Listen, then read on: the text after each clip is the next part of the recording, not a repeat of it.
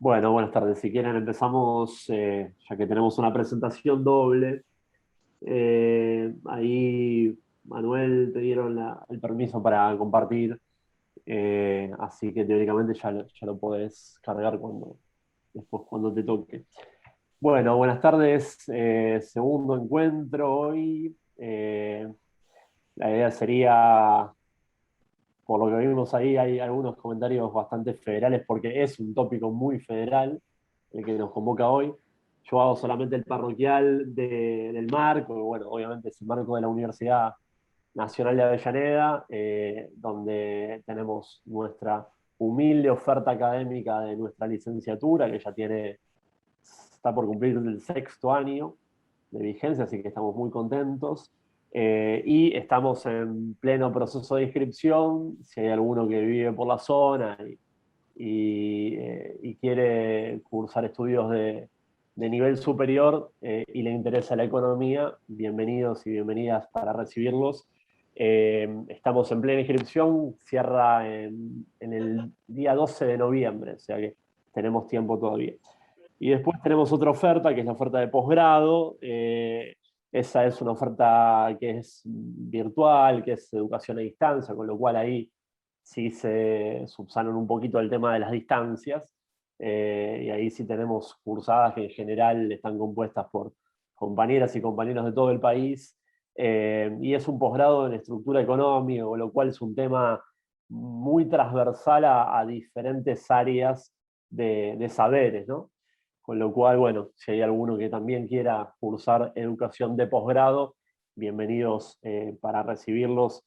Empezamos recién en 2022 porque ya estamos terminando la segunda parte de este año. Bueno, lo dejo a Lucas ahora, que va a hacer la moderación del evento y bueno, con mucha expectativa porque es una charla interesantísima con dos grandes especialistas en la materia. Así que todo tuyo, Lucas. Gracias, Sergio. Bueno, buenas tardes a todos, a todas. Bienvenidos nuevamente. Bueno, como ya dijo Sergio, una charla interesantísima tenemos hoy, que además tenemos dos interesantísimos oradores. Ellos son Claudio Escaleta, sí, que es economista político, periodista y escritor, autor de La recaída neoliberal y miembro del Observatorio Argentino para el Desarrollo Sostenible. También está presente Manuel Cruz, que es economista y máster en políticas del desarrollo del Korean Development Institute School de Corea del Sur y miembro del Centro de Estudios Coreanos de la Universidad Nacional de La Plata. No es posible que no pudo asistir Batakis por una cuestión de gestión y de trabajo, sí que le impidió estar presente hoy, pero ya habrá otra oportunidad en la que se pueda sumar. Si les parece, empezamos, Claudio, con vos, con tu exposición. Bueno, buenas tardes a todas y todos.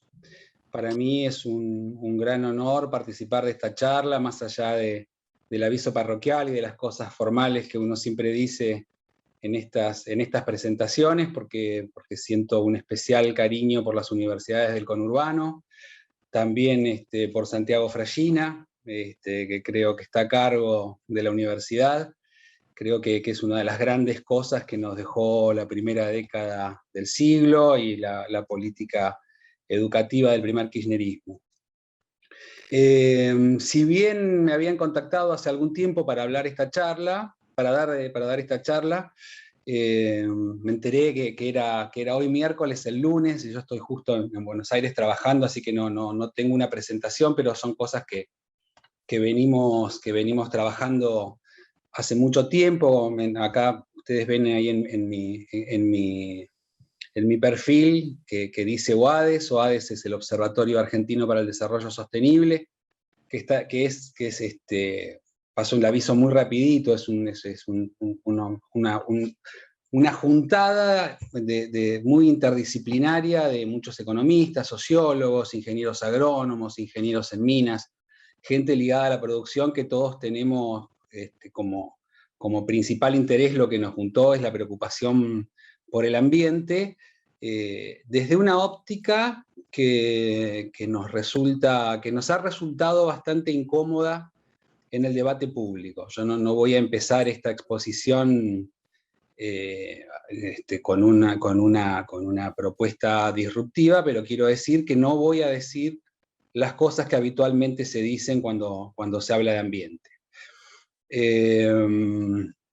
Creo, también voy a aclarar algo que no voy a profundizar. Vi que el título de la charla es Economía Ambiental.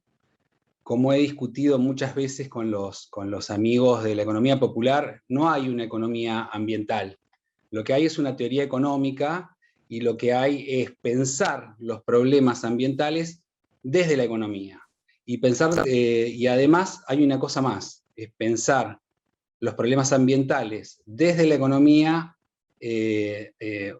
no desde la teoría económica, sino también desde la economía argentina, porque no es lo mismo pensar los problemas ambientales en las economías desarrolladas, avanzadas, que ya están en el límite de la utilización de sus recursos naturales, que en un país con una revolución industrial bastante inconclusa, que incluso ha retrocedido.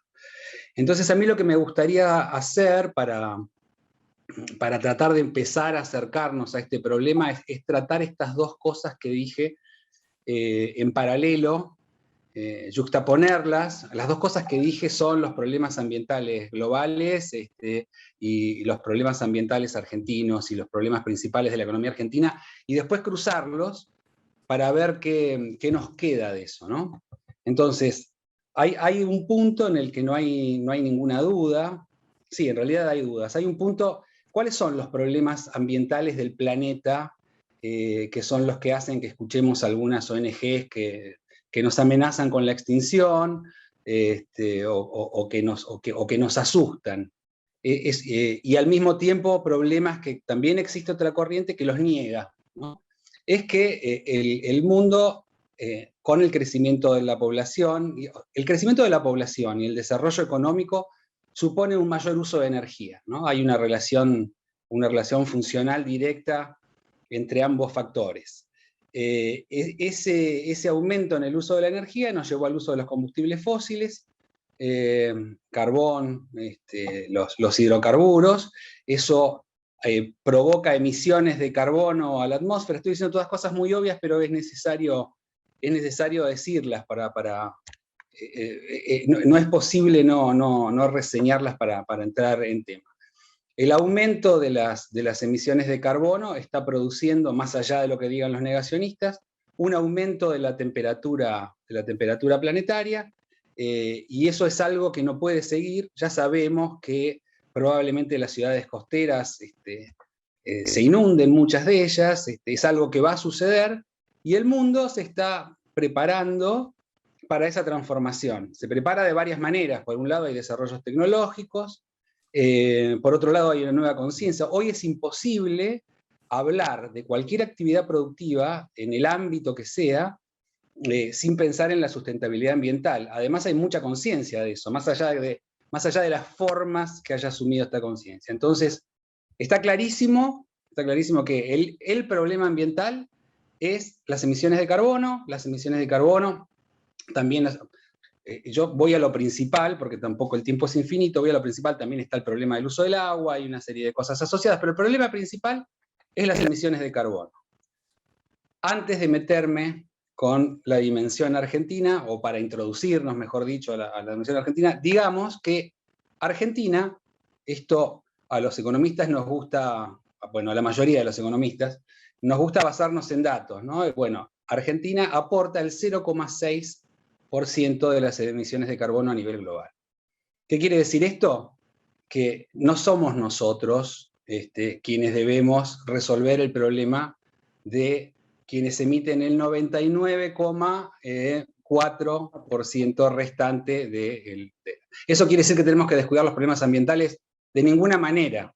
Simplemente destaco esto para entender la responsabilidad de cada uno. 0,6%, este dato es un dato cierto, no es inventado. Así que, bueno, dicho esto, creo que hay bastante consenso, no dije nada disruptivo en lo que estoy diciendo. Paso a considerar cuáles son los principales problemas de la economía argentina. Aquí también para muchos de los compañeros que veo que están participando, también es una cuestión bastante conocida, pero a pesar de ser una cuestión bastante conocida, no es algo que está muy difundido entre la dirigencia y mucho menos difundido entre la militancia. Son cosas de las que se hablan, son cosas que están en los medios, son cosas que debatimos los economistas de distintas corrientes, con distintas formaciones, bueno, etcétera. ¿Qué es el problema de la restricción externa? El verdadero límite para la expansión del gasto no está dado en economías como la Argentina por la cuestión fiscal, ¿sí? No me voy a meter en estos temas porque en realidad sería un tema fascinante para tratar en tópicos de economía, dedicarle una charla exclusiva a eso, pero cuando los déficits fiscales aparecen, es porque el gasto ya se produjo. Por lo tanto, si el gasto ya se produjo, ese déficit ya fue financiado, ¿sí? Después hay que pensar todo ese gasto, el gasto público, que es el único componente autónomo de la demanda, cómo todo ese gasto cómo se produce el reflujo y cómo se neutraliza para evitar que produzca inflación, etc. Pero el gasto, los estados los estados que tienen alguna soberanía monetaria, no tienen limitaciones para expandir el gasto. La limitación aparece cuando la cantidad de dólares que yo genero con mis exportaciones no me alcanzan para pagar todas mis obligaciones en dólares con el exterior. ¿Cuáles son esas obligaciones? Es todo lo que los argentinos ahorran, la famosa formación de activos externos. Normalmente esto se trata en términos morales, ¿no? De la existencia de algunos jugadores malos, pero bueno, no me meto, no abro puertas. Las obligaciones son el excedente económico de los argentinos suele dolarizarse. Suele dolarizarse, ¿por qué? Porque la moneda argentina perdió la función de reserva de valor, ¿sí? Entonces, imaginen cualquiera de ustedes que recibe una gran herencia. Lo más probable es que parte de esa herencia la dolaricen, no porque son unos fugadores malvados, apátridas, sino por una cuestión de racionalidad económica.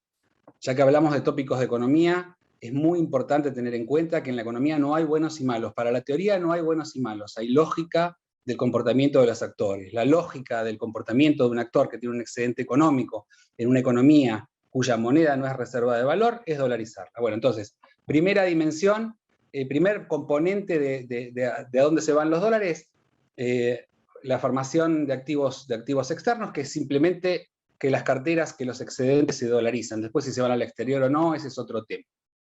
La segunda es, por supuesto, pagar importaciones, y la tercera es la importación de servicios turísticos, léase viajes al exterior. La cuarta es el pago de la deuda, ¿sí? Entonces, noten ustedes que lo que nos quedó, por ejemplo, a ver, hago una interrupción muy breve. Cuando estábamos militando, porque bueno, es muy importante que quien habla dé a conocer su pertenencia, porque la economía, además de ser una teoría, también es una de las formas de ideología. Entonces, la mejor manera de neutralizar eso es que quien habla diga desde dónde habla, ¿no? Cuando militábamos la candidatura presidencial de Scioli, nosotros sabíamos que si queríamos crecer, la Argentina creció más o menos desde el 2003 hasta el año 2011-2012, cuando tuvimos una crisis energética que nos obligó a importar combustible, nos quedamos sin dólares, tuvimos una devaluación, después hablamos de eso. Pero lo que va marcando los ciclos es cuando nos quedamos sin dólares. Entonces, cuando estábamos militando a Scioli, cuando pensábamos en la continuidad del modelo kirchnerista, sabíamos que teníamos que conseguir más dólares si queríamos crecer. ¿Por qué? A mí esto me gusta explicarlo con un ejemplo que lo repito casi en todas las charlas. Si alguno me escuchó en otra, dice, otra vez, qué pesado. Pero es importante porque se entiende de manera muy simple. Ustedes imaginen que tienen un salario, que ese salario es un salario de subsistencia, y empieza a mejorar la condición salarial, individual, personal. lo primero que van a hacer es comer un poco mejor, seguramente, van a comer más carne, van a hacer más asados, etcétera, se van a empezar a vestir mejor, y después van a empezar a demandar productos que en la economía argentina, dada su estructura productiva, su estructura económica, son producidos mayormente con insumos importados, ¿sí? Entonces, por ejemplo, un teléfono, una moto, un auto, ¿sí? Lo que dijimos antes de importación de servicios turísticos. Entonces, y acá está el fenómeno clave, cuando la economía empieza a crecer, por esto que les explico de manera muy micro con el salario, un salario individual, cuando la economía empieza a crecer, las importaciones crecen mucho más rápido que las exportaciones. Cuando eso pasa, nos quedamos sin dólares. Si nos quedamos sin dólares, lo que pasa es que devaluamos, ¿no? Esto es, cualquiera que tiene algunos años de vivir en la Argentina tiene un alto entrenamiento en la observación de estos fenómenos. Contra lo que nos dicen, contra lo que nos dice la teoría convencional, que dice, tenemos que tener un tipo de cambio competitivo, es bueno devaluar porque bajan los costos de los exportadores y hay un salto exportador y entonces vamos a crecer. Mentira, nunca sucede. Si ustedes miran las series históricas, lo que sucede cuando hay una devaluación es que aumenta la inflación, caen los ingresos de la mayoría de la población, como caen los ingresos de la mayoría de la población, cae la demanda, como cae la demanda, cae el producto y hay recesión. Piensen, hagan memoria cada uno de los que están escuchando. Cada vez que hay una devaluación, hay una recesión, no hay una expansión. Entonces, lo peor que nos puede pasar a nosotros es devaluar. Entonces, ahora vayamos al presente. Hay un debate en la Argentina, en la macroeconomía argentina actual, por el nivel de gasto, ¿no? El debate entre Cristina y Guzmán, de si es debate que yo he tenido con otros compañeros a través de los medios también, entre Cristina y Guzmán, de si hay ajuste o no hay ajuste, de por qué ajustar o no ajustar. Lo cierto, el componente de verdad, el componente teórico, componente de verdad es medio excesivo, el componente teórico de esto es que si yo aumento el gasto, aumentar el gasto significa que empujo la economía. ¿Sí? Que la economía empieza a crecer, y si la economía empieza a crecer, empiezo a demandar más dólares. Y si demando más dólares, me quedo sin dólares y devalúo. Entonces el margen para aumentar el gasto es muy finito. ¿Qué decimos algunos? Bueno, la verdad, como hubo un aumento de los precios internacionales, no me meto en cuestiones técnicas de los manejos financieros que se podrían haber hecho o no, los impuestos que se podrían haber cobrado o no me meto en eso. Lo que decimos es que había un margen para gastar un poco más, pero no mucho más. Esto es muy feo decirlo. En el siglo, creo que 17 o 18, perdón por la imprecisión, que es bastante grande, 100 años, se decía que la economía era una ciencia lúgubre, ¿no? ¿Por qué era una ciencia lúgubre? Porque hablaba de restricciones. Y la verdad que así, por eso introduje lo de Scioli. En 2015 nosotros sabíamos que necesitábamos dólares para seguir desarrollándonos. En vez de eso tuvimos al macrismo, que utilizó el proceso de desendeudamiento y el margen que teníamos para tomar dólares para desarrollarnos, para endeudarse. Uno veía que todas las curvitas eran positivas cuando hablaban sus funcionarios, pero la única que era negativa era el déficit de cuenta corriente, y eso fue lo que provocó las proyecciones, digo, ¿no? De déficit de cuenta corriente. Y eso provocó el endeudamiento, y lo que tenemos hoy, no solamente tenemos los mercados donde podríamos tomar deuda cerrados, sino que además tenemos que pagar esa inmensa deuda. Por eso estamos discutiendo plazos de gracia, etc. Pero las restricciones que tenemos hoy son poderosísimas. Son poderosísimas. Nosotros todos, casi los que nos identificamos con el kirchnerismo, con el peronismo, como lo querramos llamar, con el Frente de Todos, todos queremos un shock distributivo. Ahora supongan ustedes que hacemos un shock distributivo y eso nos conduce a una devaluación, porque nos aparece la restricción externa. La externalidad negativa de eso es muchísimo peor que no haber hecho el shock distributivo. Entonces, ¿cómo se hace esto? ¿Cuál es el equilibrio? Y bueno, hay que ir haciéndolo despacio, en base a todo lo que tenemos, desarrollar instrumentos financieros. No me voy a meter en eso porque no es el tema de la charla. Lo que yo quiero destacar, así como recién destacamos que el principal problema ecológico del planeta es el calentamiento global, hago un pequeño paréntesis acá, se suele hablar de cambio climático y no de calentamiento global porque en una campaña electoral una consultora le aconsejó al Partido Republicano en Estados Unidos que no hable de calentamiento global porque eso asustaba, que era mejor hablar de cambio climático. Cierro el paréntesis y seguimos. Entonces, el principal problema es el calentamiento global. El principal problema de la economía argentina es la restricción externa. Y esa restricción hoy, después del macrismo, es poderosísima. Yo a veces tengo debates con otros economistas y les digo, si podemos llegar a crecer al 2 o 3% anual, 5 años, 10 años, parece muy poco. No alcanza para recuperar lo que cayó la economía con el macrismo, no alcanza para recuperar lo que cayó. El año pasado la economía cayó 10 puntos. Eso no sé si tienen dimensión de lo que eso significa. Es una catástrofe.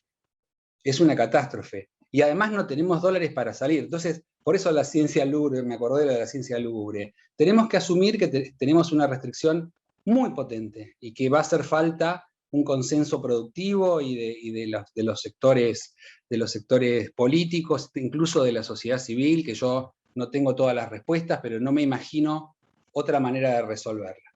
Entonces, ahora crucemos estas restricciones, estas dos definiciones. Lo que pasa en el planeta, calentamiento global, que es un problema, que ese problema del calentamiento global no es que nos vamos a quedar a mirarlo. Ya no es posible pensar actividades económicas sin considerar su impacto ambiental.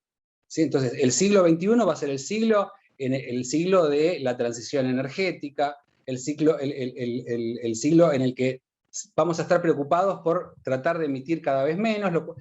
Tratar de emitir menos y transición energética significa mucha plata. Mucha plata. Yo siempre suelo decir que no hay nada más antiecológico que la pobreza. No hay forma de tener una transición energética sin invertir dinero. Ustedes vean lo que pasa en los países que la están haciendo, son los países ricos, no es África, no es Haití. Son países ricos. Entonces, bueno, esto es muy importante tenerlo en cuenta.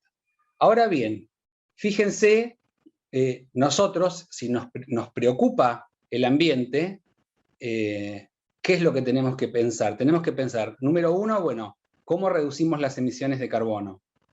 Número dos es, está bien, ok, pensemos cómo reducir las emisiones de carbono, pero ¿cuánto de esas emisiones de carbono son las que emite Argentina? Les repito, 0,6%. ¿Sí? No digo que no tenemos que hacer nada, digo, la geopolítica existe, la responsabilidad... Perdón, pero ¿me puede repetir lo que dijo al final? Que no se escuchó, lo que dijo al final. No me acuerdo qué estaba diciendo al final. Si me recordás que más o menos el contenido, lo que estaba diciendo es que tenemos que tener conciencia en la responsabilidad que tienen los países que son grandes emisores. La responsabilidad que tienen esos países no puede ser la misma que la nuestra. Eso quiere decir que nosotros no podemos tener el mismo discurso que tienen aquellos países, ¿sí?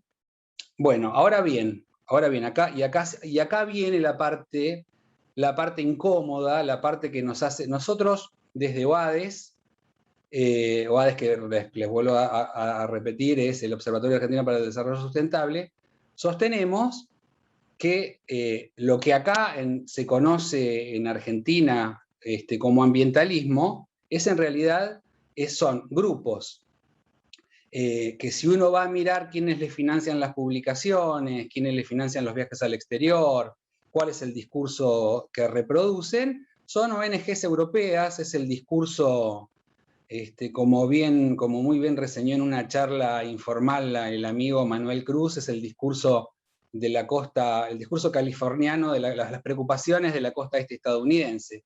¿Cuáles son esas preocupaciones y esa falsa agenda? Y el debate lo dejo para el final, les pido que no me interrumpan. Es el estar en contra de la agricultura moderna, es el estar en contra de la extracción de hidrocarburos, ¿sí? Entonces, todos los malos, los grandes malos del ambientalismo local, de lo que nosotros creemos que es el falso ambientalismo local, son la agricultura moderna, nos hablan del glifosato, los hidrocarburos, la megaminería, como si existiese alguna minería que no sea mega, ¿no? Porque no existe la microminería, y la microminería además es tremenda. es tremenda. Si uno escucha que hay algún muerto en una actividad minera, es de una actividad minera que alguien que usó mal la dinamita, y les aseguro que la megaminería ya no usa dinamita, usa otro tipo de explosivos. No sé si me estoy olvidando alguno de los principales demonios. Ahora resulta que también exportar cerdos, siempre se habla del extractivismo, de que exportamos materias primas, pero cuando tenemos la posibilidad de exportar con valor agregado, resulta que también está mal, ¿no? Porque, no sé, hablan de que tiene efectos pandémicos. Yo les digo, Dinamarca produce 10 veces más cerdos que Argentina en un territorio de 10% menor, o sea, 10 veces menor, perdón. No sé si es 10 veces menor, pero debe andar por ahí. Entonces, ¿y por qué estoy nombrando, perdón, por qué estoy nombrando todos estos elementos? Porque son los que tienen la gran potencialidad de generar divisas en la Argentina. O sea, de sacarnos del problema de la restricción externa. Si no salimos de la restricción externa, no salimos de la pobreza y el estancamiento. Y resulta que hay un falso ambientalismo que generó en la Argentina un movimiento antiexportador. ¿Sí? Entonces, por eso para mí era tan importante cruzar los verdaderos problemas ambientales. Ahora vamos a detenernos, y no me quiero extender mucho más.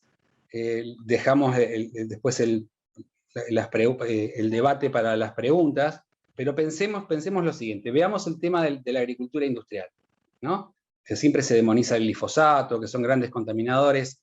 Bueno, miren, y además en todos estos casos que les nombré, noten una cosa, siempre la amenaza es el agua y el cáncer, ¿no? No importa, para cualquiera de las 4 o 5 actividades que nombré, siempre es el agua y el cáncer. En el caso de la agricultura industrial, ¿hubo algún tipo de epidemia de cáncer? Hubo algo que hace 30 años que se usa acá los transgénicos y el glifosato, que dicho sea de paso, el glifosato es un herbicida de degradación rápida, ¿sí? Mucho menos contaminante que los que se usaban hace 10 o 15 años. Les agrego otra cosa más. Si nosotros en vez de usar glifosato utilizásemos otros herbicidas, tendríamos que usar muchas más cantidades de herbicidas por hectárea. ¿Sí? Si yo quiero bajar el uso de herbicidas, tengo que usar glifosato. Y les digo otra cosa más. Si yo no usase agricultura industrial y utilizase, no sé, pongamos agricultura orgánica o técnicas agroecológicas, más allá de... La agricultura ecológica, a diferencia de la orgánica, no tiene agregados para mostrar, tiene alguna experiencia que contar, pero agregados para mostrar no tiene. ¿Con qué nos encontraríamos? Con que para producir la misma cantidad de producto necesitaríamos una superficie muchísimo más grande. ¿Saben qué pasaría? Con eso no quedaría un solo bosque en el planeta si no estuviésemos haciendo agricultura industrial. Lo mismo con la minería. Estamos hablando de transición energética, ¿sí? ¿Qué necesitamos para la transición energética? Cobre.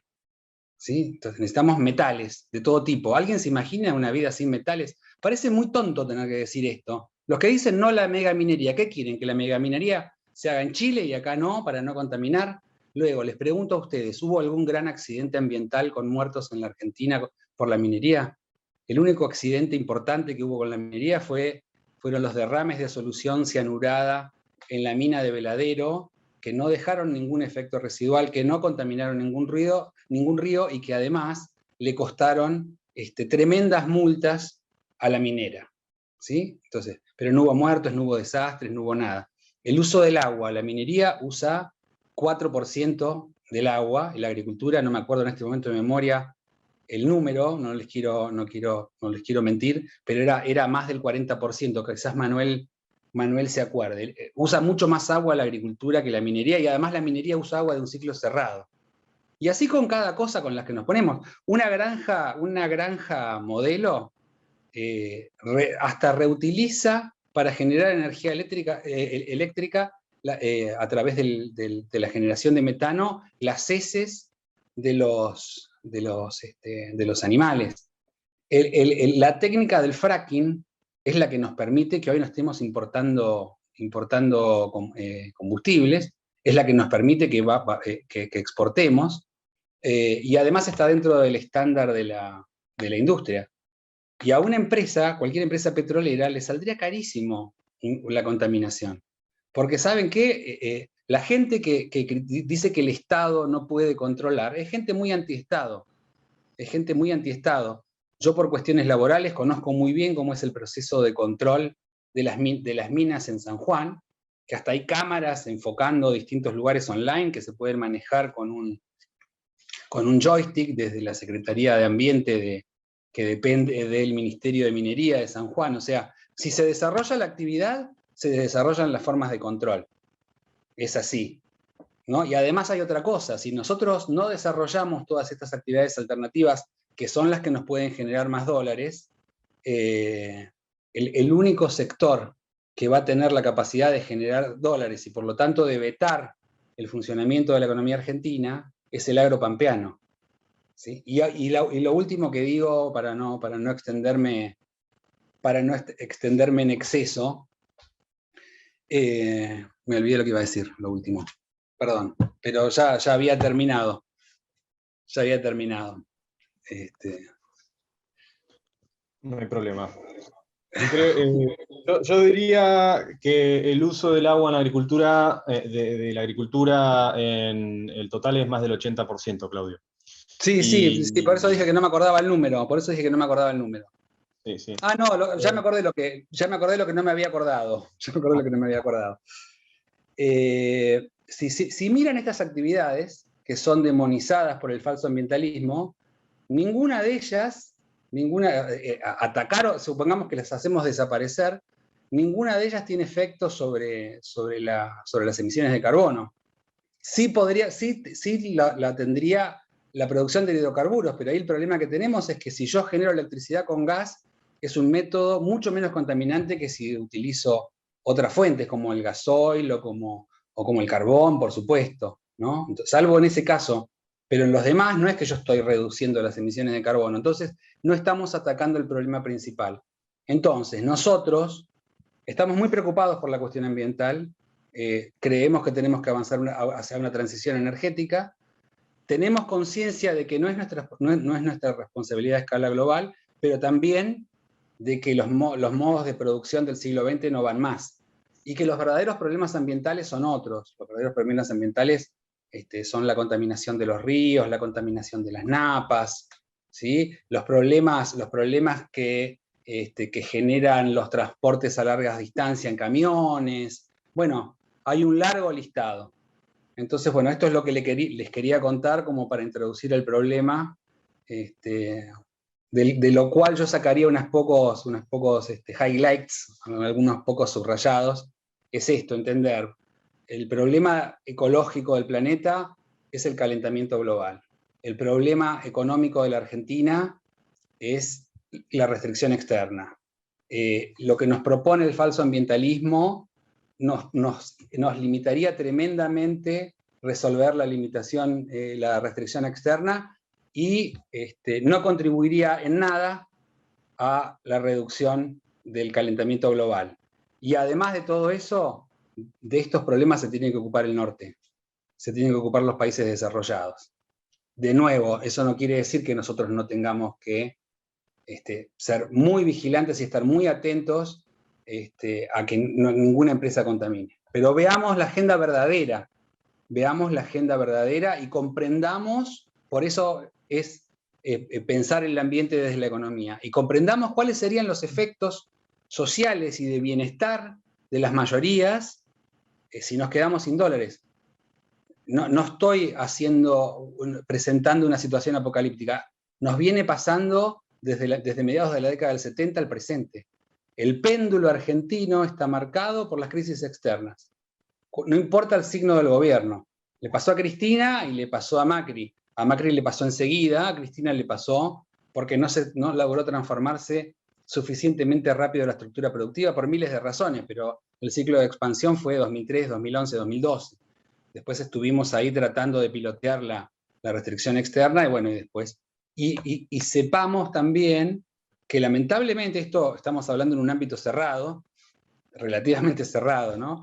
Que no hay el nivel de restricción económica con el que quedamos es mucho más grande de lo que la clase política puede reconocer públicamente, porque no tiene ninguna épica contarle a la sociedad, miren, la verdad es que dadas las restricciones que tenemos y las obligaciones y cómo está la estructura productiva y los dólares disponibles, las reservas del Banco Central, les cuento que siguen cayendo después de haber subido un poco. Hoy creo que están en 7, 8 mil millones de dólares, no miré los últimos números, pero hay algunas personas que están hablando de que para fin de año vamos a tener 2.000. Entonces estamos en un problema de restricción muy seria, en el cual vamos a necesitar mucha imaginación política. Estoy hablando más de economía que de ambiente. No, me voy por las ramas, corto acá. Muchas gracias. Bueno, en principio, como estoy conectado con el celular por el tema del audio, les pido que me digan si se me escucha bien. Sí, Se te perfecto. escucha perfecto. Genial, bueno, entonces utilizo este método. A ver, voy a compartir. Bien. ¿Se ve la presentación? ¿La ven? A ver.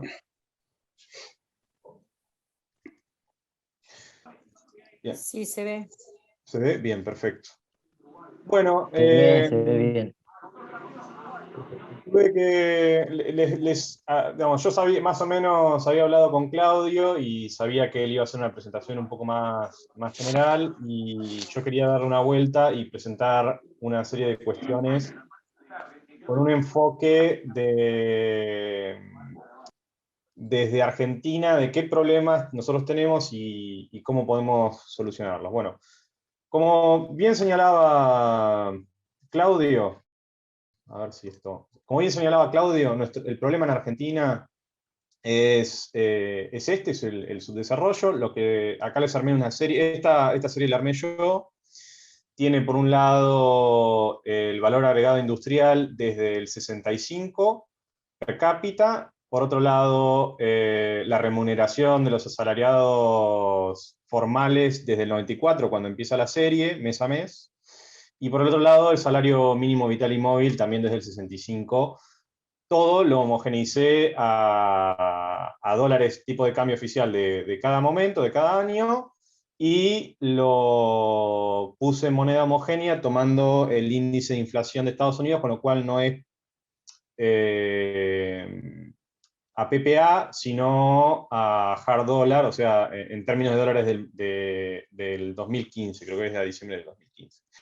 Y lo que se puede ver es que la industrialización ha venido desmontándose desde el 74-75 en adelante, y desde que tenemos datos del salario formal, lo que se puede ver, sin hacer un gran trabajo econométrico, es que hay una relación relativamente clara entre el nivel de ingresos de la población general y el valor agregado industrial per cápita. Bueno, acá lo enfoqué del 95 al 2020. Hoy, 2021, nos encontramos en el punto más o menos dejado desde el 2019 en adelante. Ahora, si nos enfocamos en el tema del ambiente, lo que les muestro acá es un indicador que se llama de huella ecológica. Básicamente lo que mide es la biocapacidad por persona de los territorios nacionales y cuánta presión sobre el ambiente de cada país se está ejerciendo. En el extremo superior derecho pueden ver el mapa mundial. En rojo son los países en los cuales se está ejerciendo mayor presión sobre el territorio que la biocapacidad que tiene ese territorio. Y lo que se puede ver es una imagen muy clara en la cual el hemisferio norte está básicamente tomando más recursos de los que sus territorios los permiten. Mientras tanto, en gran parte del África subsahariana y Sudamérica estamos en verde. De hecho, Argentina, como lo muestro ahí, desde el 64, desde el 60 hasta hoy, jamás impuso una presión mayor sobre el territorio nacional que el que nuestro propio territorio nos podía dar. O sea, si uno tuviese que, tomando este indicador que tiene varias facetas, varias cuestiones metidas, la primera conclusión que llega es, bueno, la verdad que Argentina no está presionando la naturaleza que se encuentra dentro del territorio nacional más que lo que la naturaleza puede dar. Y como mencionaba Claudio, uno de los temas centrales en todas las civilizaciones, desde el Paleolítico hasta hoy, es el tema de la energía. Yo acá les traigo una cita de un libro que está en inglés, pero es un libro maravilloso. El libro traducido sería Consecuencias políticas y militares de la energía atómica, de Blackett, premio Nobel de Física del 48-49. Fue también parte del Estado Mayor Conjunto británico durante la Segunda Guerra Mundial, y tiene este extracto que les traduzco, se los menciono brevemente, y dice así: no siempre se reconoce cuán íntimamente relacionada está la fuerza industrial de una nación moderna y, por lo tanto, sus estándares de vida, tanto sus estándares de vida como su potencial militar dependen de la disponibilidad de energía. Tampoco se recuerda cuán esencial es el papel que juega la disponibilidad de energía barata en el surgimiento del propio sistema industrial. Además, se ha demostrado que la mayor eficiencia de la industria estadounidense se correlaciona con el hecho de que tiene casi el doble de caballos de fuerza instalados por operador empleado. Ahora, si nosotros nos fijamos en la matriz de generación eléctrica en Argentina, lo que vemos es que más o menos un tercio de la generación es hidroeléctrica, o sea, una renovable estable, entre un 7 y 8% nuclear, con un pico histórico de 11%. La energía nuclear, además de tener desarrollo, ya una historia de casi 70 años, o un poco más de 70 años, de desarrollo de tecnología nuclear en el país, tiene la gran ventaja de que es una fuente de energía absolutamente sin emisiones de CO2. De renovables intermitentes, alrededor de un 12%, con un pico de 24%, y el 48% restante son hidrocarburos, entre gas y, en realidad, gas, petróleo, y hay una planta operativa de carbón. Ahora, ¿cómo se distribuye el consumo de la energía? Bueno, un 26% son residencias, el 27,5% es transporte, el 25% es industria, y el resto se distribuye en agricultura, comercios y algún otro sector. Ahora, esta torta de distribución es interesante para tener en cuenta, porque ¿se acuerdan cuando entre el 2016 y el 2019 hacían un enorme énfasis en que no andaran descalzos y que el ahorro de la energía tenía que pasar por los hogares? Bueno, están hablando, eso era solo el 26% de la energía total, y con un esfuerzo brutal de toda la sociedad, como consumo se podría haber ahorrado un 10%, dudo que mucho más, con lo cual se podría haber ahorrado un 2,6% de la energía haciendo un esfuerzo brutal. Con lo cual es al menos dudoso que se pueda solucionar el problema por ese lado. Por supuesto hay que hacer un enfoque en esa cuestión. Por ejemplo, yo soy de la Patagonia Austral, les puedo decir que nunca he tenido tanto frío como en el conurbano bonaerense, principalmente porque las construcciones son de muy mala calidad y las construcciones no tienen aislación térmica, que consta de algo tan sencillo como poner telgopor en el medio de una pared. Pero bueno, eso es otra historia. Como mencionaba Claudio, no hay nada más antiecológico como la pobreza. Acá les presento una foto. Digamos, como saben, Haití y la República Dominicana comparten una misma isla, dividida más o menos al medio, y se puede ver a simple vista cuál es la frontera. Hacia la izquierda, Haití, no hay prácticamente un árbol absolutamente pelado. De hecho, prácticamente no quedan bosques vírgenes en Haití, y a la derecha, República Dominicana todavía preservando los bosques originales. Y dado el incremento en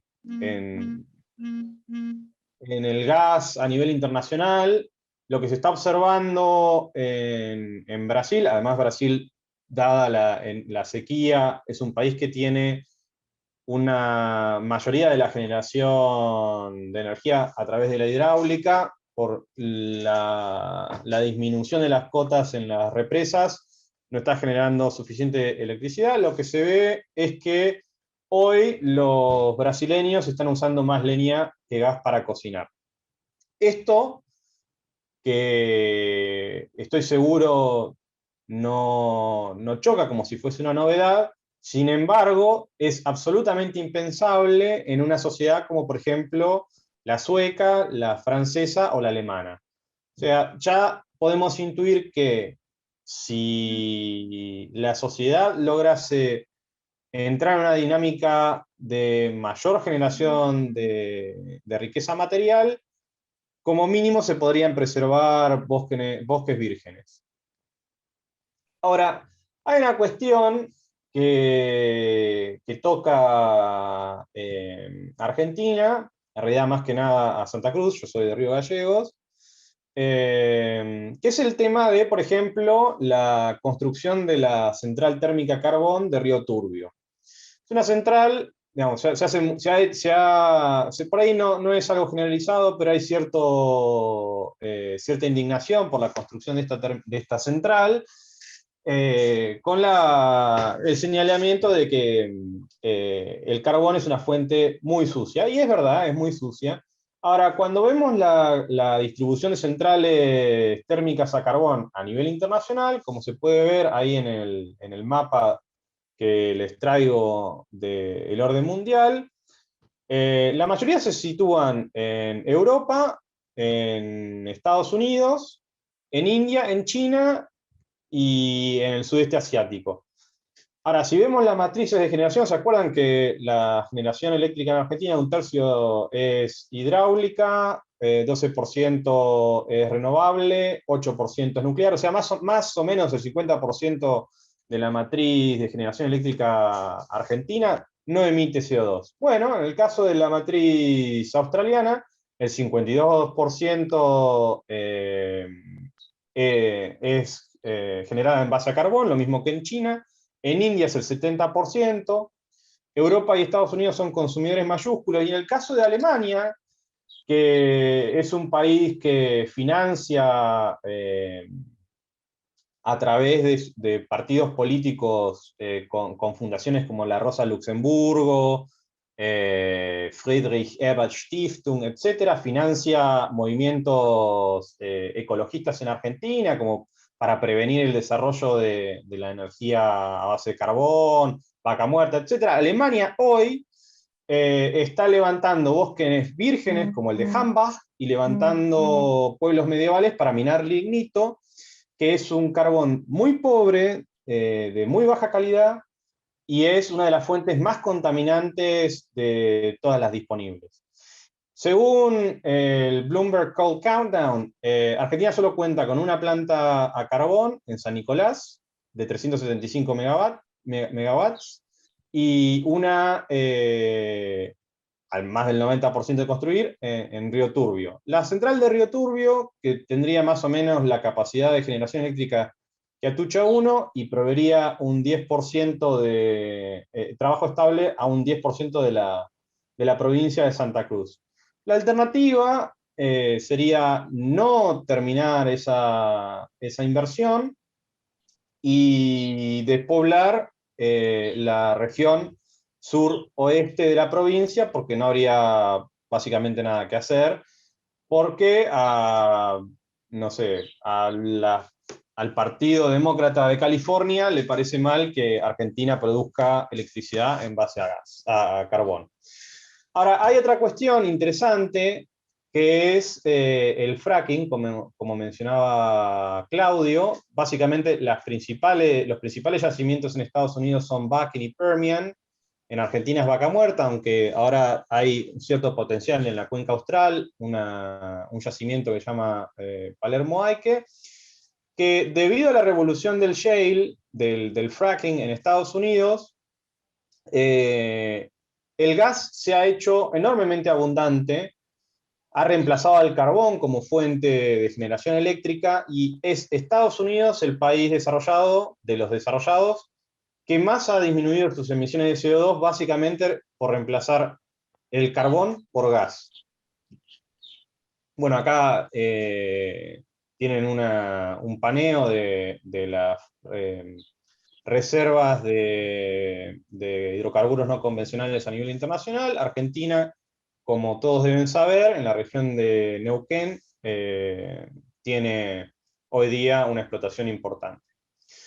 Ahora, obviamente las fuentes renovables, las que llaman energías alternativas, como son eólica y solar, son fuentes que Argentina tiene que explotar, y además, no solo que es importante que lo haga, sino que además es económicamente redituable, dado el potencial de viento y solar que tenemos. En este mapa, lo que se muestra en azul son las regiones que están a menos de 1000 millas de una ciudad importante, niveles de viento ideales para para desarrollar la energía eólica, y en verde claro, la misma situación con la solar. En verde oscuro es donde se juxtaponen. Y lo que vemos es que gran parte el sur de la provincia de Buenos Aires, el norte de la provincia de Santa Cruz, hasta toda la Patagonia Norte, el recurso eólico es ideal, y en el caso del NOA, lo es para la solar. Ahora, fíjense en el caso de Europa, ¿no? Alemania ha invertido en los últimos 20 años más de 500.000 millones de euros en renovables, principalmente solar, pero también una cantidad sustancial en energía solar. Para que se den una idea, Bonn, que queda a la mitad de Alemania, está a la altura de Río Gallegos, solo que del Ecuador, o sea, hacia el norte. Es una zona que, básicamente por su distancia al Ecuador, no tiene condiciones ideales para instalar, inclusive hasta no sería financieramente redituable, según Peter Seihan, de quien saqué este mapa, para desarrollar muchas de las energías renovables.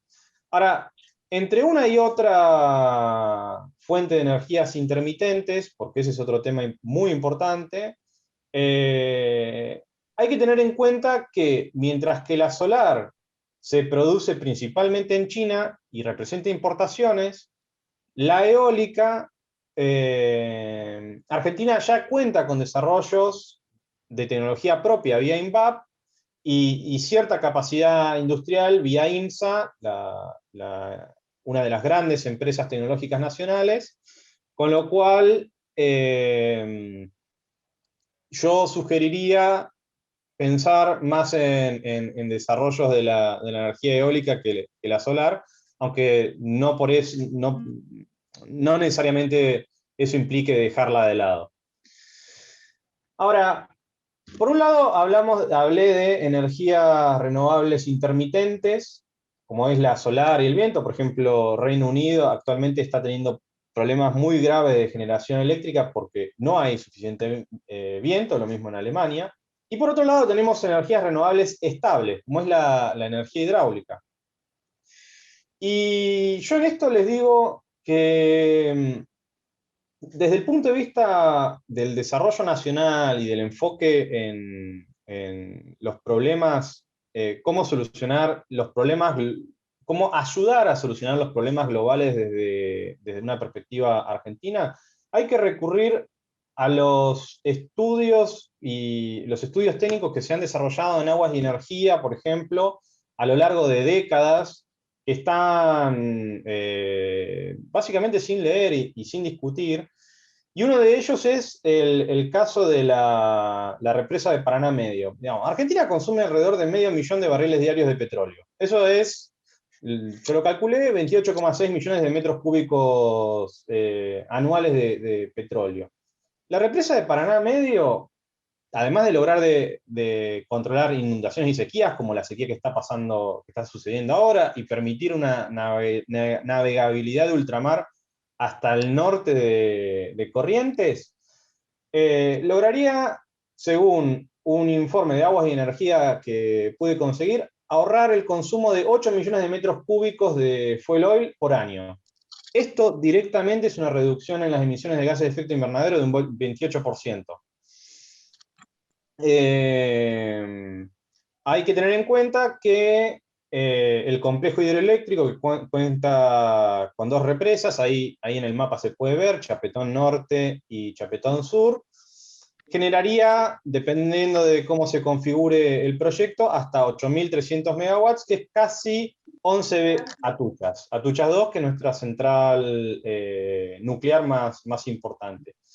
Y hay otra cuestión también, que como les mencionaba, IMSA es una empresa que se ubica dentro de un selecto grupo de no más de 5 empresas a nivel mundial que tienen la capacidad de fabricar turbinas hidroeléctricas. Obviamente, esto no es un proyecto sencillo, es un proyecto que tendría un costo importante y llevaría muchos años, pero hay una cantidad de elementos que permiten pensar una escala, unas ciertas sinergias dentro de la nación que exceden el simplemente importar tecnología. La otra cuestión es el transporte. Como les decía, yo soy de Río Gallegos, vivo actualmente en La Plata, con lo cual me salta permanentemente a la vista la falta de entendimiento de la complejidad y de la vastedad del territorio nacional. Ahí a la izquierda les muestro un mapa que saqué de un anuario del Instituto Geográfico Militar de 1912. Inclusive Alemania tiene Prusia Oriental, o sea, ha cambiado un poco la configuración de las fronteras de Europa, pero Cali, Morena, no hay mimo para vos. así a simple vista Sí. se puede ver que Argentina tiene prácticamente el tamaño de Europa Occidental. Pero uno de los problemas que tiene ver la geografía simplemente desde los límites geográficos es que se pasa por alto todas las barreras y accidentes geográficos que hay en el medio. En el mapa del medio se puede ver, por ejemplo, cómo la Patagonia, desde Río Negro hasta el sur, es una región bastante montañosa. Los Andes no se limitan simplemente a vivir salomónicamente Chile de Argentina.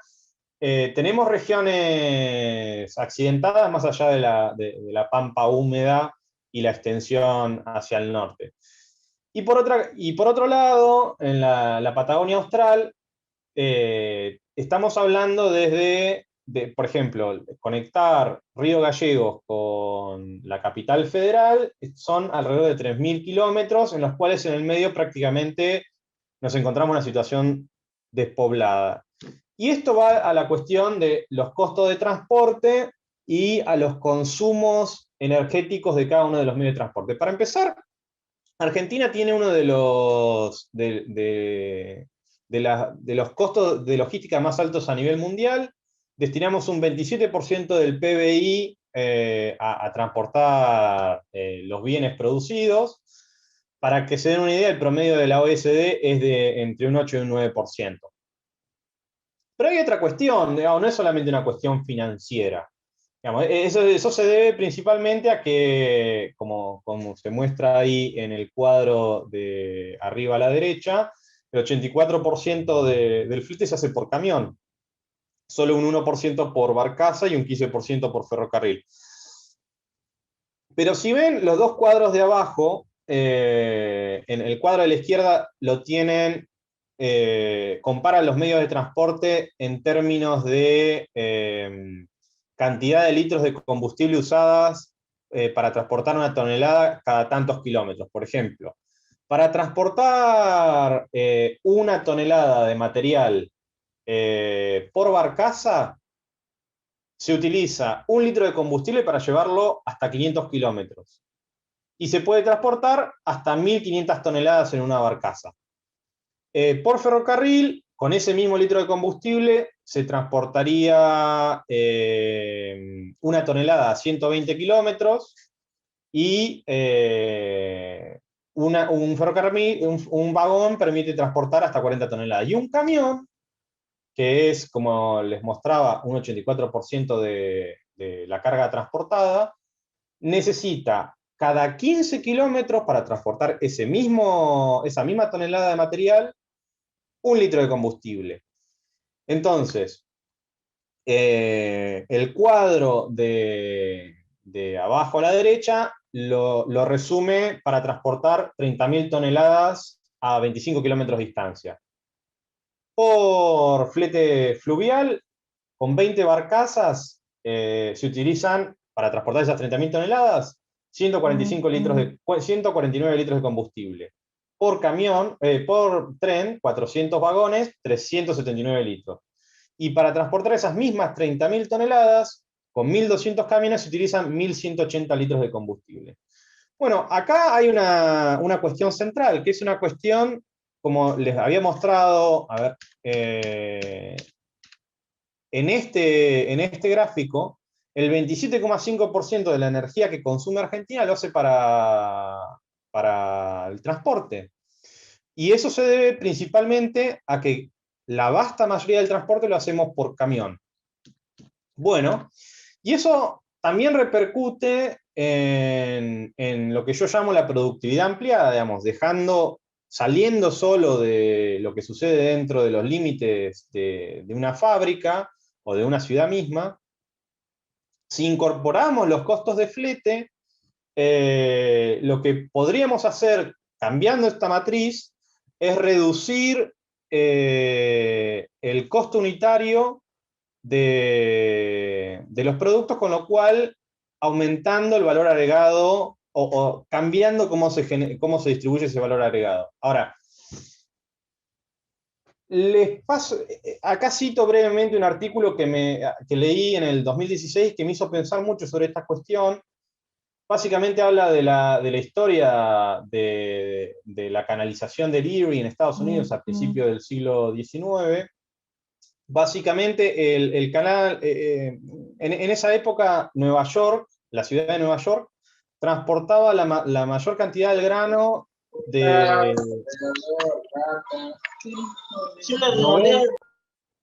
90 a 100 kilómetros de distancia, y un gobernador, DeWitt Clinton, que no logró tener el acuerdo con el gobierno central, se endeudó, logró construir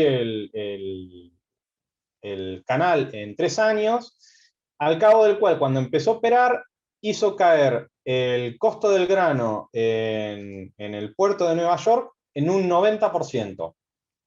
Básicamente, la brutal reducción en los costos de transporte hicieron caer brutalmente los precios de los alimentos en la ciudad de Nueva York. Bueno, el artículo después va a hacer un análisis de cómo Nueva York, gracias a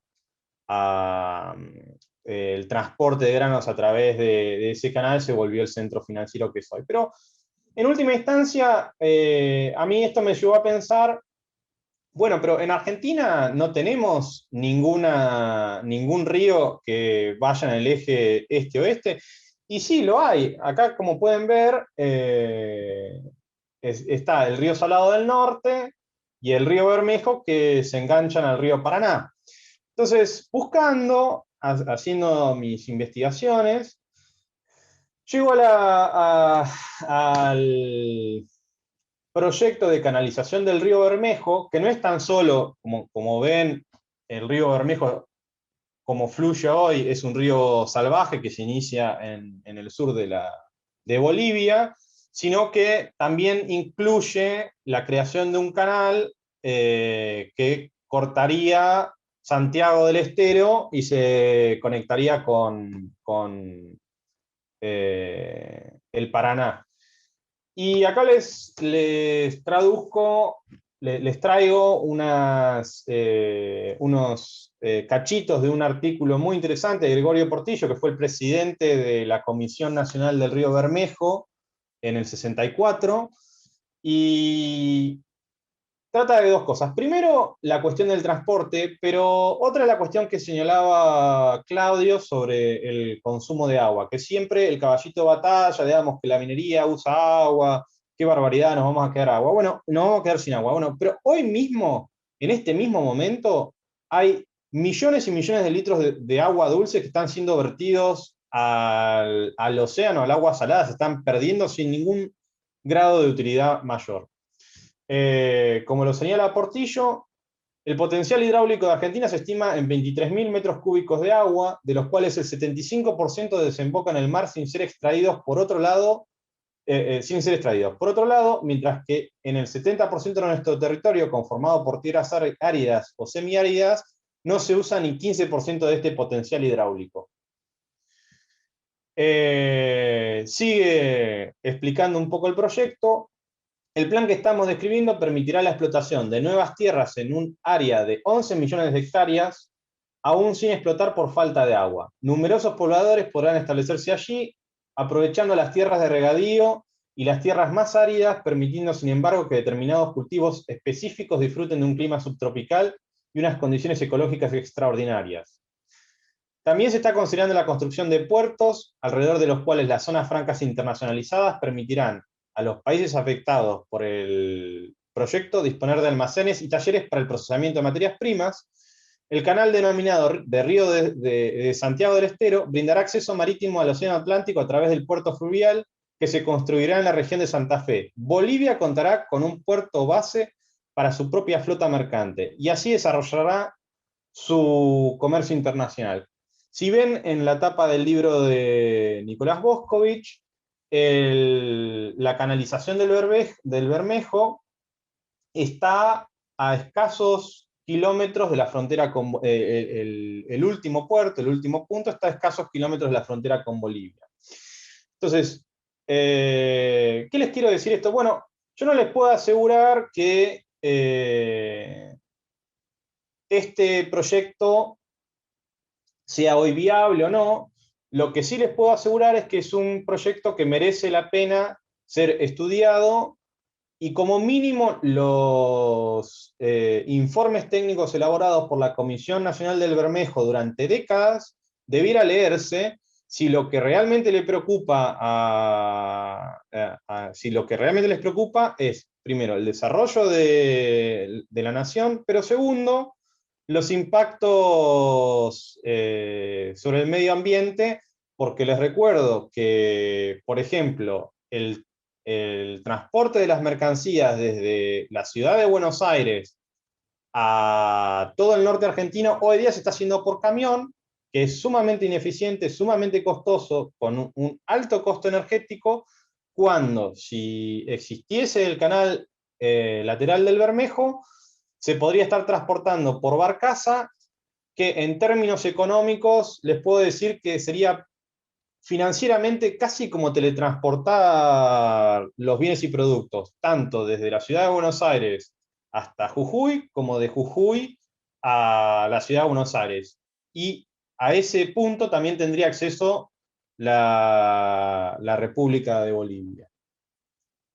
Bueno, finalmente, algo que señalaba Claudio y que me parece la pena mencionar brevemente, es el tema de la contaminación, porque siempre cuando salta la posibilidad de desarrollar la minería en alguna provincia muy lejana, como en San Juan, La Rioja, o bueno, de hecho de Santa Cruz, que es la provincia más minera, jamás se habla, desconozco por qué, pero siempre se salta con el tema del consumo del agua, siempre se patea la pelota a lugares que prácticamente no se pueden ni señalar en un mapa. Y sin embargo, el problema más grave ambiental que tiene Argentina hoy es probablemente el estado del Riachuelo, en el cual está al lado de Avellaneda. Y uno de los problemas más graves que tiene la contaminación con metales pesados es el de la contaminación con plomo.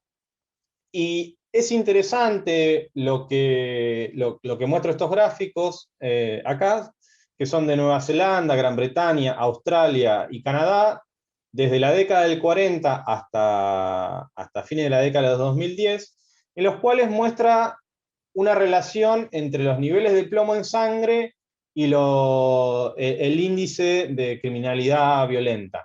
Con lo cual,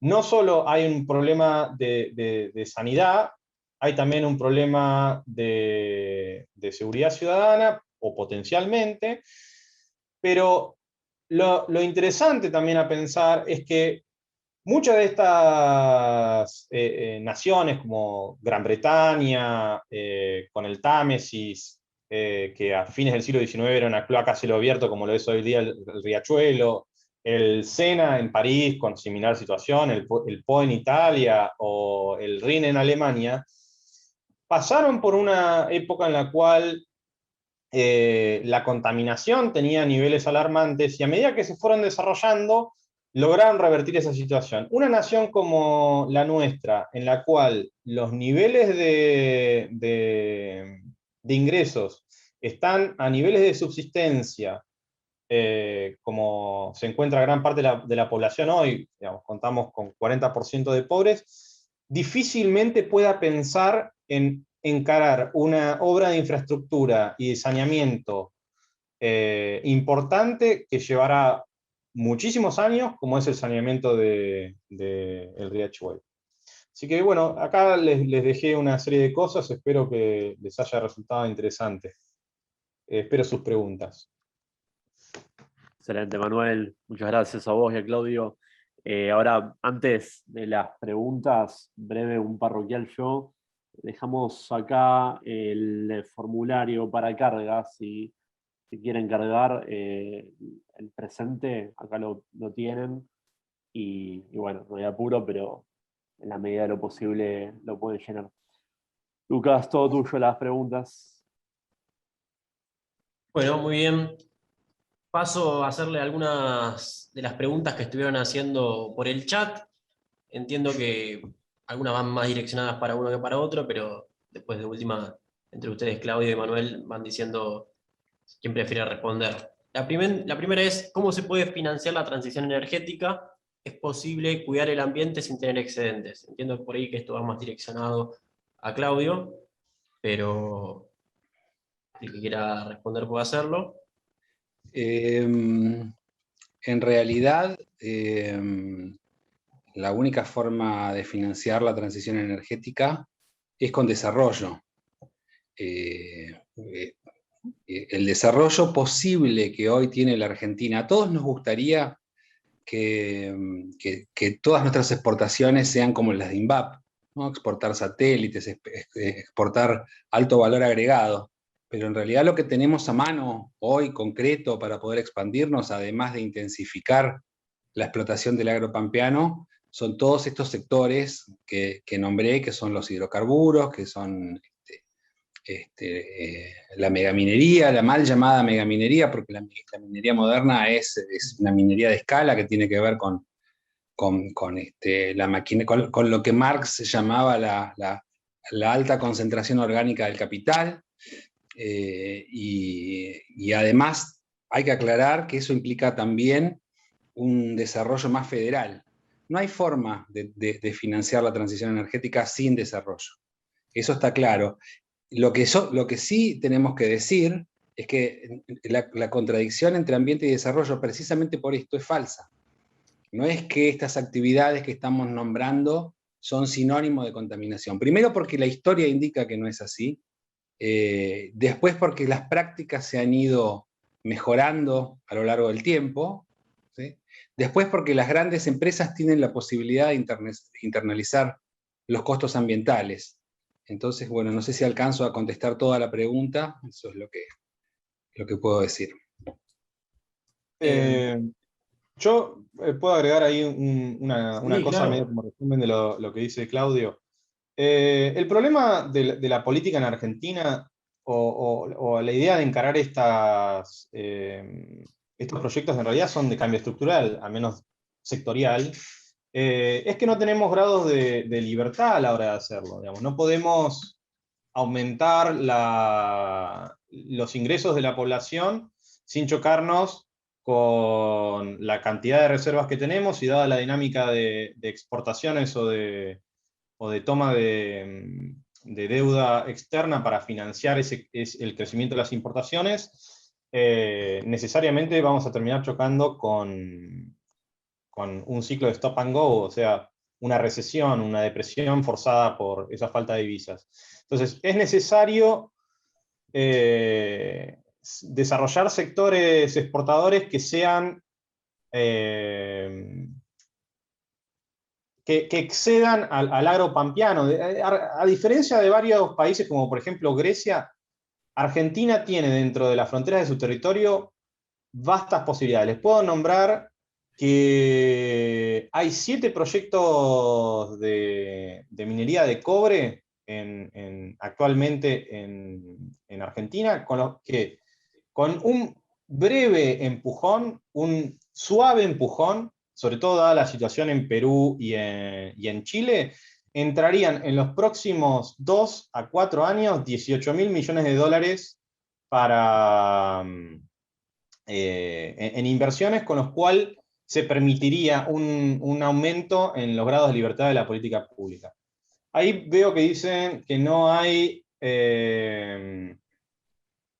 forma eco-friendly de hacer minería. No hay forma eco-friendly. Desconozco qué es eco-friendly, pero lo que sí puedo decir es que no tiene el impacto que presumen en los grandes centros urbanos que tiene la minería. Digamos, lo puedo decir, yo he vivido en la Patagonia Austral. Yo los invito a quienes realmente están preocupados por los impactos de la minería que viajen a San Julián, en el medio de la provincia de Santa Cruz, o mismo a Háchal, que se habla mucho desde la ciudad de Buenos Aires, y lo visiten y hablen con la gente, pregúntenle efectivamente qué es lo que piensan de la minería, si efectivamente les genera el problema que dicen desde la ciudad de Buenos Aires. Porque sinceramente, como santacruceño les digo, y aparte lo digo con cierta sorna, porque mi provincia, que es la más minera de todas, provee más del 52% del valor agregado minero, que jamás es mencionada. Sin la minería, hoy día no tendría los niveles de ingresos y desarrollo que tiene. De hecho, la provincia de Santa Cruz tiene los salarios privados más altos de la nación. A mí me gustaría agregar una anécdota cuando se habla de extractivismo, ¿no? De esto de que se extraen metales, pero no se hace el procesamiento en Argentina.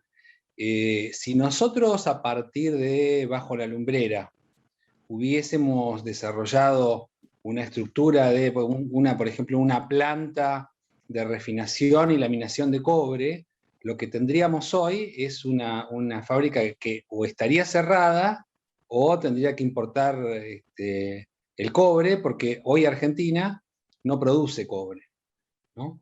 Y respecto a lo que decías de regiones como Háchal o para nombrar algo más conocido que tuvo que ver con las piedras al presidente en su visita a Chubut, acá corremos el riesgo de que minorías intensas que no son representativas del conjunto de la población aborten proyectos que pueden traer desarrollo a la región.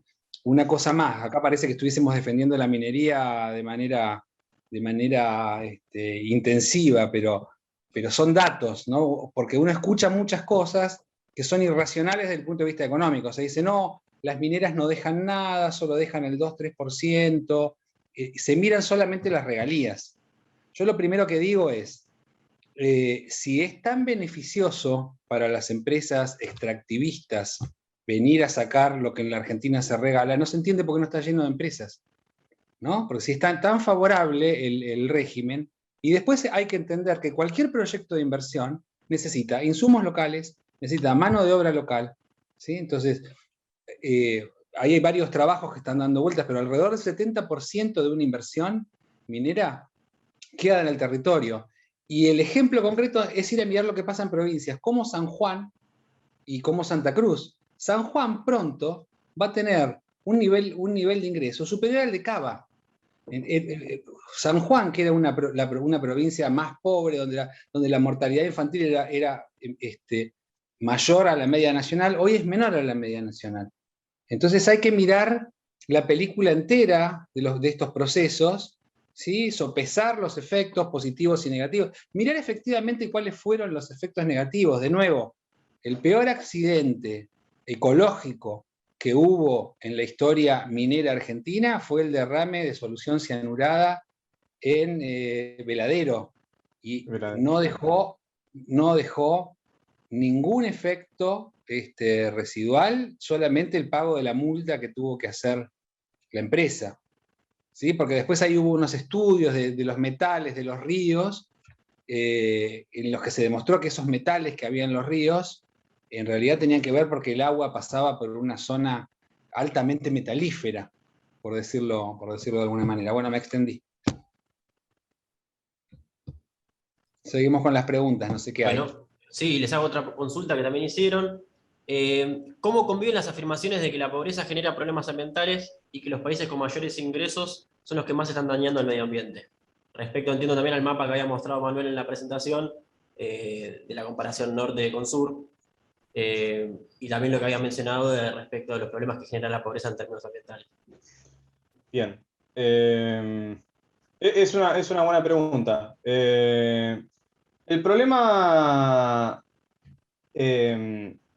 a ver, la degradación del ambiente cuando tenés una situación acuciante de pobreza, como la que se puede observar en Haití, es que es una degradación al punto de que en el corto plazo se arriesga una crisis maltusiana.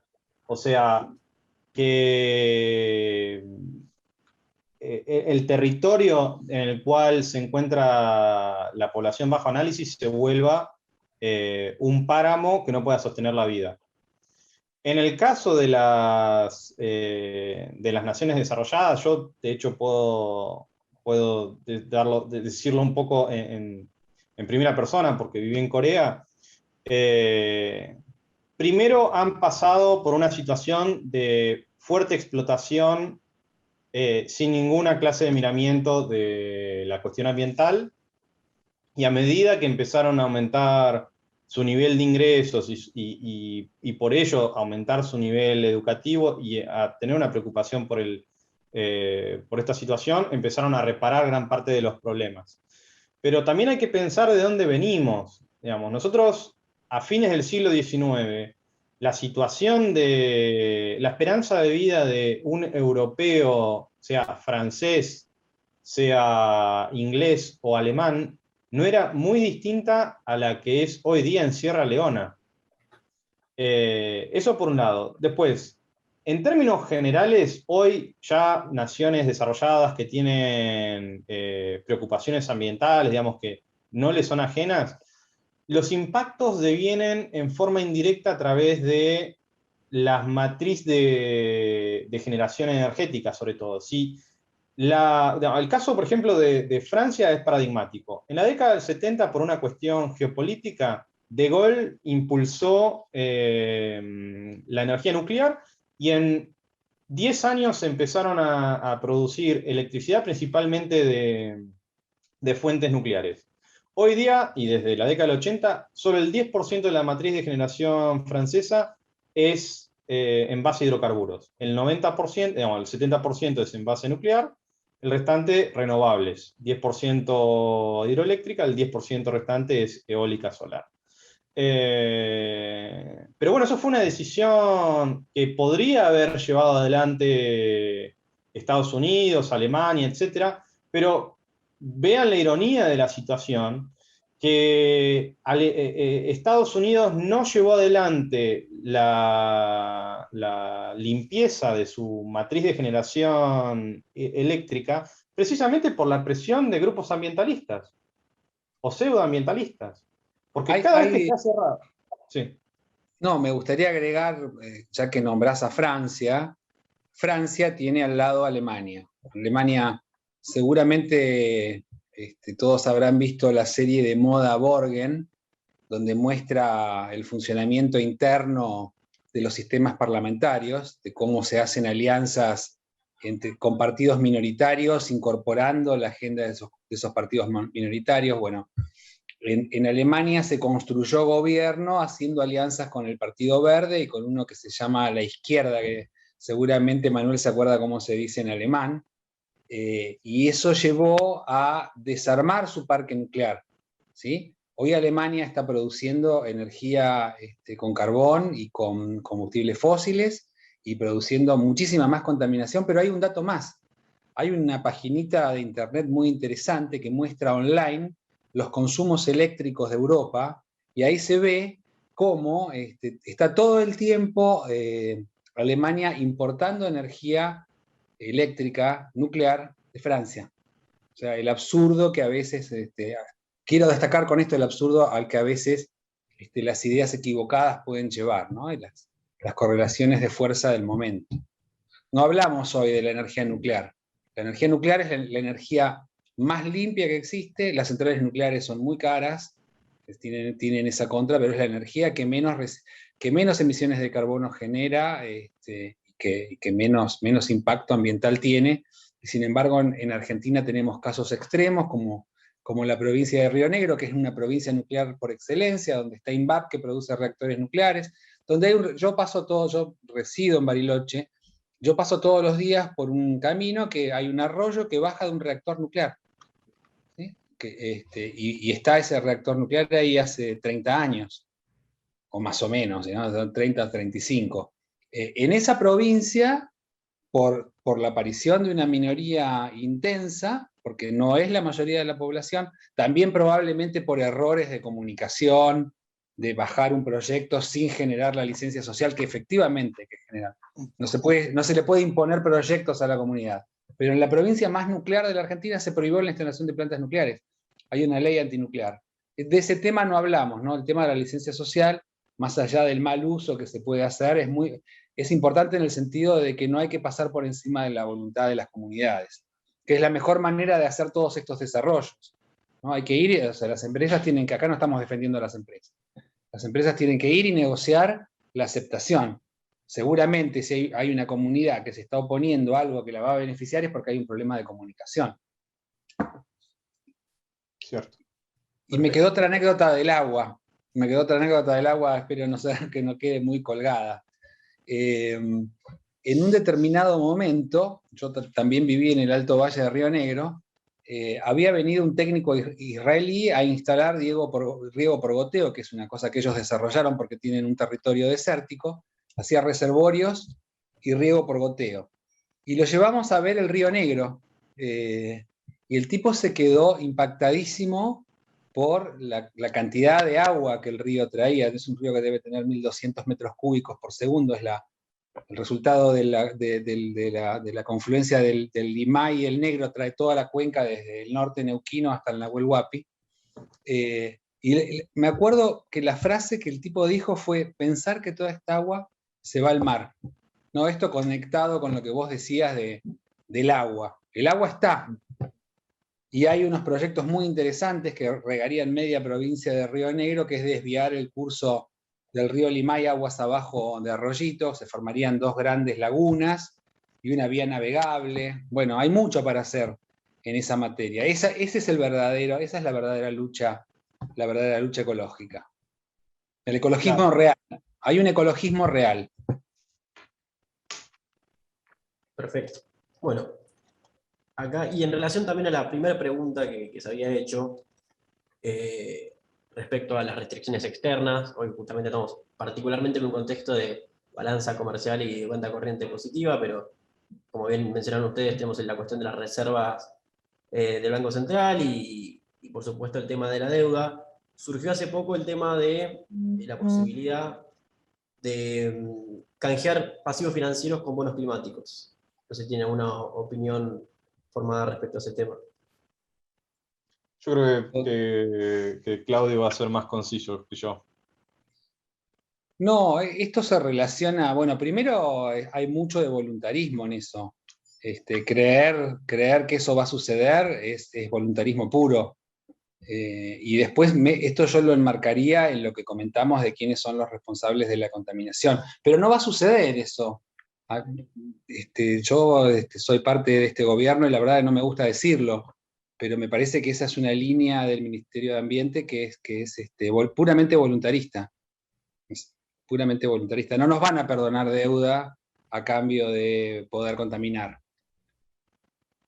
Miren, yo agrego esta dimensión. En Argentina nosotros no tenemos ninguna clase de regulación ni control sobre el financiamiento externo a lo que sería meterse en los asuntos internos de nuestro Estado, la cuestión política. Y como les mencionaba, hay, por ejemplo, por tradición, los partidos políticos alemanes tienen fundaciones propias por las cuales financian al exterior diferentes iniciativas que son de su interés. Por ejemplo, la fundación de Rosa Luxemburg Stiftung del partido de la izquierda alemana es muy activa en el financiamiento de los movimientos pseudoecologistas en Argentina. Pero piensen lo siguiente. Toda Latinoamérica. Pero piensen lo siguiente, si ustedes fuesen Dinamarca o Alemania, que son los grandes productores de cerdo a nivel mundial, ¿querrían que Argentina, con costos más competitivos, se incorpore en la competencia mundial y les robe mercado? ¿O les convendría quizás financiar fuertemente movimientos contrarios al desarrollo de la actividad? Yo no puedo decir que eso sea lo que esté sucediendo, pero lo que sí puedo decir es que no tenemos ninguna manera, porque no tenemos ningún control, de saber que no sea lo que está pasando. No, bueno, pero la demonización de la agricultura industrial, de los transgénicos y del uso de los herbicidas que utilizan los transgénicos, son movimientos directamente relacionados con el establecimiento de barreras pararancelarias. Lo mismo que la huella de carbono, la huella hídrica, que son problemas reales que existen. O sea, cuanto más distancia, más emisión de carbono, cuanto más ineficiente alguna forma de producción, mayor huella hídrica. Eso existe, no lo estamos negando. Pero el objetivo es promover los consumos de cercanía. Hay una racionalidad económica. Por eso yo al principio decía que no había una economía ambiental, porque no es una ciencia la economía ambiental. Es la ciencia económica, que es cómo aborda la teoría económica, la ciencia económica, los problemas ambientales. Y la economía política en este caso. Todas estas cosas hay que tenerlas en cuenta. La producción orgánica, ¿no? Yo no creo que un producto orgánico sea más sano que un producto de la agricultura industrial producido bajo las buenas prácticas agrícolas, ¿no? Porque ustedes saben que hay unas reglas globales que se utilizan en el comercio internacional, que son el Global Gap, que primero fue Eurogap y después fue Global Gap, que establecen que no se puede pasar de determinada cantidad de residuos de agroquímicos, ¿no? O sea, no es que se pueda hacer cualquier cosa, pero organolépticamente no hay diferencia entre un producto orgánico y un producto que no lo es. Pero lo que sí hay es una gran diferencia de precio entre esos productos, y esto lo pueden pagar las sociedades avanzadas. Yo, todos mis amigos que andan buscando productos orgánicos, todos tienen altos ingresos. Todos están dispuestos a pagar 3 veces más los tomates y 2 veces más la fruta. Y hay una cuestión, además, que a mí me choqueó cuando la descubrí leyendo un libro de Mulet, Transgénicos sin Miedo, donde señala que en el 2016-2017 más de 100 premios Nobel firmaron una carta abierta acusando a Greenpeace de crímenes contra la humanidad, básicamente por boicotear el desarrollo del arroz dorado, pero específicamente lo dicen que en más de 20 años de operación, creo que son 30 años de operación y desarrollo de transgénicos, no se ha detectado una persona o un animal enfermo por el consumo de estos cultivos. Y sin embargo, sí se puede decir que ha habido gente gravemente enferma, inclusive muerta, por consumir alimentos orgánicos, como puede ser un caso muy sonado en Alemania de consumo de espinacas orgánicas. Entonces, también hay una cuestión de una información, un flujo de información muy sesgado. Sí, efectivamente, son los medios. Perfecto. Excelente. Bueno, tengo una consulta más que hicieron respecto a la minería. Dice, teniendo presente que los proyectos de minería y hidrocarburos tienen un horizonte de inversión largo, ¿es posible desacoplar esas inversiones de los problemas macroeconómicos del país? El problema que tenemos ahí es que, por ejemplo, lo vamos a hablar sobre algo bien concreto. El principal proyecto de cobre que tiene hoy la Argentina, que va a reemplazar a la producción de minera lumbrera, es un proyecto que se llama José María, que está en la provincia de San Juan, y que en el mejor de los casos va a empezar a producir en 2024. Se habla de una posibilidad de expandir, estoy hablando de las exportaciones, o sea, que actualmente son alrededor de 3.000 millones de dólares, las exportaciones mineras podrían llegar a 10.000 millones de dólares. Nos parece muy bien la noticia, pensamos que son dólares que irían a resolver el problema de la restricción externa, pero sin embargo este proceso se va a producir en 10 años. Igual pensemos que para los dólares que ingresa la actividad no son esos 10.000 de exportaciones, son las inversiones que permiten llegar a ese nivel de exportaciones. En cualquiera de los casos, ahí el problema es otro. Nosotros hablamos antes de las restricciones como tan potentes que tenemos en el presente para impulsar un proceso de crecimiento. El problema es que todas estas actividades dinámicas que generan dólares, que las estamos tratando porque estamos hablando de una agenda ambiental y de un falso ambientalismo, en realidad son procesos cuya maduración va a llevar mucho tiempo, y mientras tanto la Argentina tiene un 40% de pobreza. Entonces, en el corto plazo, estas actividades van a resolver el problema externo, en el mediano plazo, perdón, van a resolver el problema externo, pero no van a resolver los problemas sociales que hoy tiene la Argentina. Si no desarrollásemos estos sectores, sería mucho peor. Pero mientras tanto, va a haber que hacer mucha política con los sectores populares que hoy están fuera de poder acceder a los beneficios que esto va a producir. No quiere decir que la minería, cuando se esté haciendo inversiones, o los hidrocarburos, cuando estén haciendo inversiones, no estén absorbiendo gente. Lo que digo es que en el mediano plazo eso no alcanza, y va a haber que hacer algo más. Ese es un problema real. Me estoy yendo otra vez al debate económico más que al debate estrictamente ambiental, ¿no? Hoy tenemos ese gran problema en Argentina. Es un grandísimo problema. Nosotros necesitamos incorporar más gente y mejorar la vida de más gente que aquella que puede absorber laboralmente estos sectores dinámicos. Pero lo que sí me van a dar el desarrollo de estos sectores dinámicos son las divisas, para no chocarme con la restricción externa. Siempre estamos hablando del mediano plazo, o sea, a partir de 2, 3, 4 años, ¿no? Aunque mientras estén ingresando las inversiones. Pero no nos lo van a resolver ya, que creo que era la pregunta. Perfecto. Y tenemos una última consulta que acaban de hacer por el chat. Respecto a unos textos de Daniel Steinhardt, dicen que el autor menciona la imposibilidad de tener un desarrollo basado en recursos naturales únicamente, como sería el caso australiano. Pregunta si coinciden, o si ven la posibilidad de un desarrollo basado en la agregación de valor, el valor agregado en los recursos naturales. No, nosotros tenemos que avanzar hacia una estructura productiva diversificada, no solamente de productos primarios. Lo que pasa es que no es una cosa o la otra, ¿sí? El ejemplo que yo di hace un rato del cobre, de si hubiésemos tenido una laminadora y una refinadora que ahora estarían paradas. Para llegar al proceso industrial, primero tenemos que desarrollar también las actividades de base. ¿Sí? No sé si primero, no me gusta decir primero, durante tenemos que desarrollar también las actividades de base, no es una cosa o la otra. Y yo, por supuesto, acuerdo con la visión de Dani, por supuesto.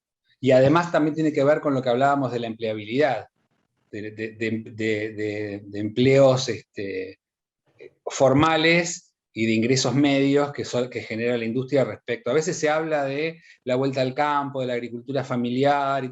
Esos son salarios muy bajos. Son salarios muy bajos. Nosotros no queremos eso, queremos salarios más altos. Y esos salarios los da la industria. Acá estábamos hablando de estos sectores que son sectores de... Hoy la industria es deficitaria en divisas. No nos resuelve este problema del que estamos hablando. Hay todos unos planes que seguramente ustedes habrán leído para ir... La industria, la electrónica fue INA, la industria automotriz. Cuando crecen, demandan más dólares de los que generan, por más que permiten ahorrar algunos dólares. Pero en el balance general son deficitarias en divisas. Entonces necesitamos tener sectores que sean superavitarios en divisas. En la transición, si hacemos todo bien, si logramos consensos de largo plazo entre la sociedad civil, la sociedad política, y bueno, vamos a ir logrando que el sector industrial sea cada vez menos dependiente de las divisas, todo ese ciclo virtuoso del desarrollo. Yo no sé si lo interpreté yo por ese lado, pero más allá de por ahí la visión de volver o no a un sistema agrícola ganadero, que no sé si va por ahí tanto la mano, es por ahí la posibilidad de aprovechar las ventajas comparativas en términos estáticos, por ahí más en el sentido de por ahí desarrollar más la industria alimentaria, en vez de por ahí otras ramas en las cuales no tenemos tantos buenos niveles de productividad. Mira, déjame contestarte. Sí. No se trata, no creo que la perspectiva de Claudio, al menos la mía no es, pero no creo que la de Claudio, ni tampoco la de Daniel sea un análisis de ventajas comparativas, inclusive si estuviera Ariel Voskin y Eduardo Crespo, hasta lo impugnarían desde el punto de vista teórico, pero es una cuestión absolutamente realista. Es el principal problema, y ya hasta entiendo que puede llegar a cansar que se repita, es la falta de dólares que tenemos, que nos permitan comprar los insumos que requiere la industria y sobre todo los bienes de capital para aumentar la productividad de nuestro sector manufacturero. Nosotros, si queremos mejorar la productividad de la industria, necesariamente vamos a necesitar importar maquinaria. Y la vamos a importar de Alemania, de Estados Unidos, de Corea, etc. Para eso se necesitan dólares. Hoy día el 60 al 70% de las exportaciones nacionales son agro. Agro que además le da un peso político y de veto absolutamente excesivo a la región pampeana, pero además nos hace que recemos que hoy no haya langostas, sequía o inundación, porque si lo hay, el país explota en 1000 pedazos. En este mismo momento compartimos con Chile una cadena montañosa que le ha permitido a Chile en los últimos 150 años estructurar su economía. Y exportó solo en el último semestre más de 30.000 millones de dólares. Es una cuestión realista de, por ejemplo, en el caso de la minería, por eso a mí me desespera, pero digo, en el caso de la minería, Argentina exporta 3.000 millones de dólares al año, solamente, de todo, los minerales, metales preciosos, incluido litio, 3.000 millones de dólares para redondear. No es un sector que se haya desarrollado mucho por situaciones que se me escapan un poco, pero con un poco de esfuerzo es muy fácil de pensar que Argentina logra exportar de la producción de minerales de metales más de 15.000 millones de dólares. Sería un flujo de ingresos, digamos, alrededor de un 75% del valor de una onza, por ejemplo, de oro, termina ingresando en el país, digamos, termina ingresando en las reservas del Banco Central, se convierten en pesos y esos se utilizan para pagar insumos, salarios, etc. Ahora, alrededor de 10.000, 15.000 millones de dólares todos los años en el Banco Central. ¿Cuánto más se podría estar creciendo, aumentando salarios e importando maquinaria para aumentar la productividad de la industria si se contase hoy mismo con una exportación apenas impulsadas por una política hacia el sector realmente? Porque los 3.000 millones de exportaciones de la minería se han dado sin realmente un fuerte empujón a la actividad.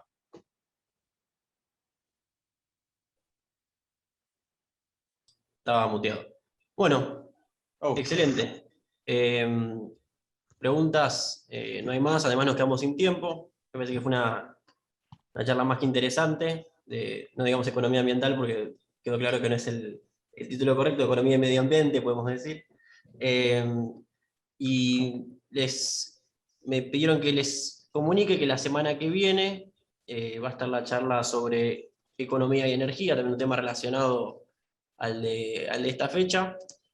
Van a estar presentes Federico Basualdo y Ana Ferrera. Por supuesto que los invito a todos y a todas a participar. Agradecerles a Manuel y a Claudio su presencia y sus tan buenas exposiciones. Y no sé, Sergio, si querés agregar algo más para cerrar. Y lo mismo, Lucas, gracias, Claudio, Manuel, muy inspiradora. La verdad me parece que quedamos todos con muchas preguntas más. Y ahí la invitación es que los sigan en todas las publicaciones, todas las intervenciones que hagan a ellos dos, y ahí van a estar parte de las respuestas. Si les parece, habilitamos micrófonos para dar un aplauso, para dar un saludo a ambos por el encuentro, por haberse prestado y el agradecimiento por haber destinado el tiempo para nosotros. Si lo quieren saludar, es el momento. Muy bien. Bueno, muchas gracias. Muchas gracias, muchas gracias, muchas gracias. Buenas noches. Chao, buenas noches, muchas gracias por todo. Gracias, muchas gracias. Gracias. Muchas gracias, muchas gracias. Muy bueno. Gracias. Muchas gracias. Buenas noches. Muy bueno. Excelente.